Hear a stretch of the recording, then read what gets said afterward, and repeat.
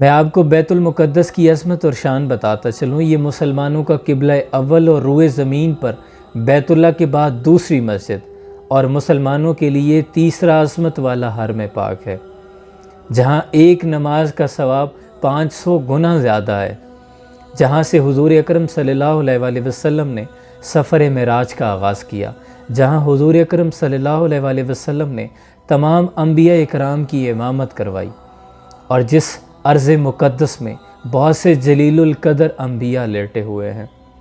یہ شان یہ بیت المقدس کی ہے، لیکن افق کا چہرہ لہو سے تر ہے، زمین جنازہ بنی ہوئی ہے۔ بحیثیت مسلمان ہم اتنے کمزور ہو چکے ہیں کہ ہمارے بیت المقدس کو لہو لہان کیا جا رہا ہے۔ آپ سے فریاد ہے گنبد خضرا والے، کعبے والوں کو ستاتے ہیں کلیسا والے۔